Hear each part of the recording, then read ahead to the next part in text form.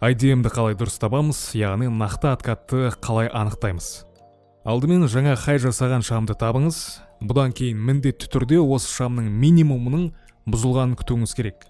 Жаңа максимум жасаған шамның минимумы бұзылса ғана дұрыс откат болып саналады. Мысалы, мына жағдайда нақты откат жоқ. Неге? Себебі баға жаңа максимум жасаған шамның минимумын бұза алмады.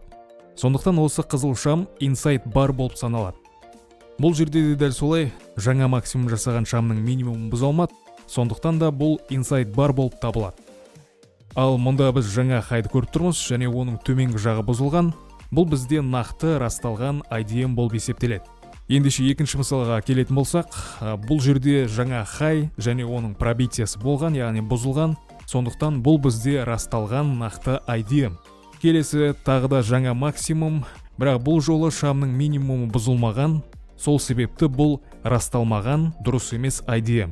Үшінші мысалда тағы жаңа максимум және оның лойы, яғни төменгі деңгейі бұзылған, сондықтан бұл бізде дұрыс IDM. Тағы да трейдинг бойынша пайдалы ақпараттар алғың келсе, біздің әлеуметтік желілерге тіркел.